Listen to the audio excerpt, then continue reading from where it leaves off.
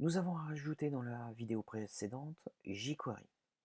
Petit rappel, nous avons dans notre fonction qui gère les assets rajouté la fonction WP uncScript, nommé jQuery et mis le chemin vers jQuery, plus quelques options derrière d'affichage. Mais comme il existait déjà jQuery de base, on a pensé préalablement à déréférencer le script jQuery qui était de base pour pouvoir ajouter le nôtre. Maintenant, je vais avoir besoin de rajouter quelques autres ressources, et pas n'importe laquelle. En effet, nous utilisions bien Bootstrap pour nous faire gagner du temps. Bootstrap, si je vais sur le site,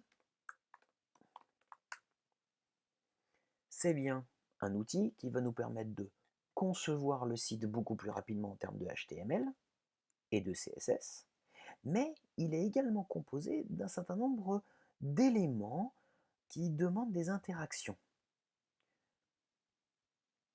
Et ces éléments, assez souvent, prenons par exemple un diaporama,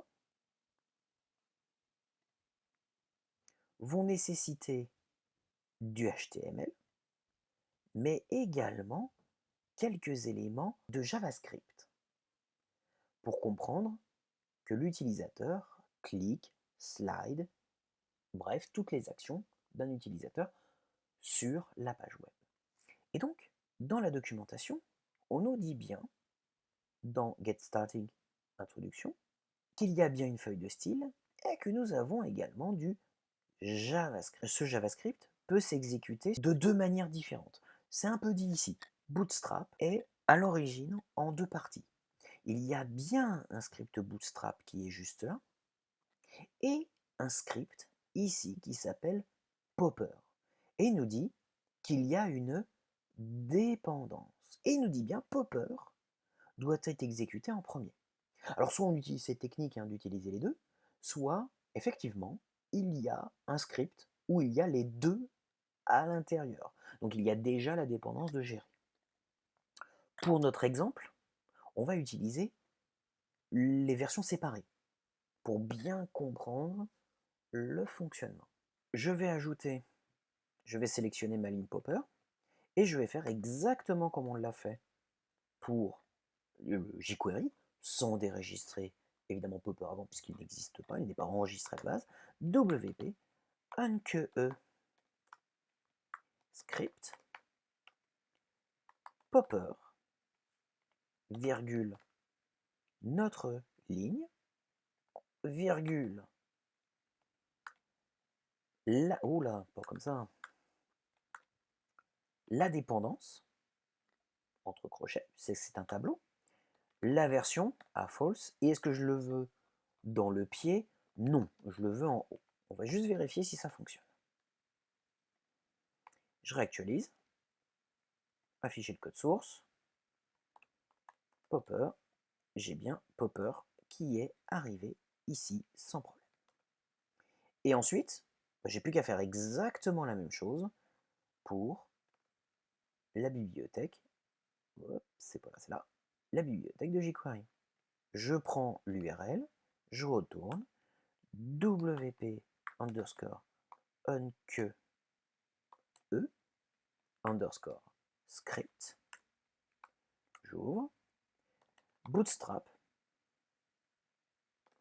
Alors là, attention, j'ai mis le même nom que la feuille de style, et ce n'est pas gênant. Ce n'est pas gênant parce que ce n'est pas la même chose. Il y en a un, c'est un style, l'autre, c'est un script. Donc, les ID ne vont pas se mélanger. Il n'y aura absolument aucun problème.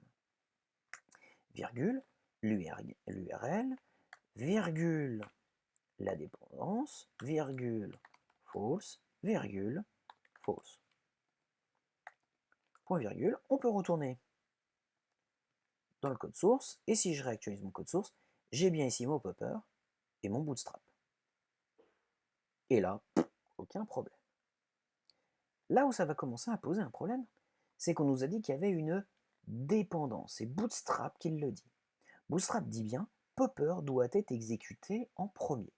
Alors, ça tombe plutôt bien parce que justement, j'ai mis au-dessus. Il n'y a pas de problème. Mais ça peut être un tout petit peu gênant tout de même. Ça peut être un peu gênant parce que ça veut dire que moi, je dois penser dans la fabrication de ma page à quel ordre je dois utiliser. Vu que Bootstrap a besoin de Popper, et peut-être de jQuery, ce qui n'est pas le cas, mais pourquoi pas, eh bien je dois penser que Popper doit être mis en premier. Et effectivement, si je change l'ordre ici, et que je mets Bootstrap en premier, on réactualise le code source, on voit que ici, Bootstrap est bien en premier, avant Popper.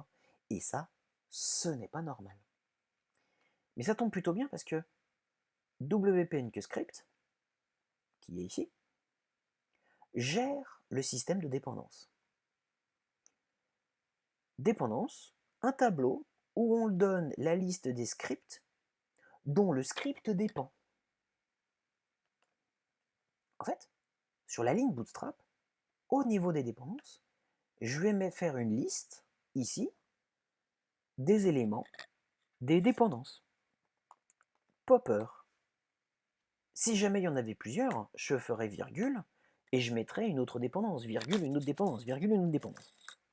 Donc là, je dis bien que Bootstrap dépend de Popper. Et si je réactualise,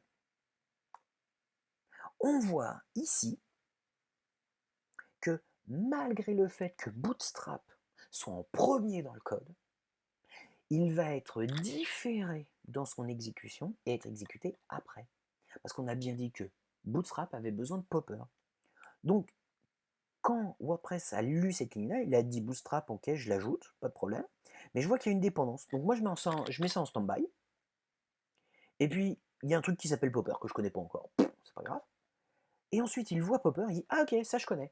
Et donc, dès qu'il a vu Popper, il a exécuté Popper, et automatiquement, il a exécuté la ligne Bootstrap.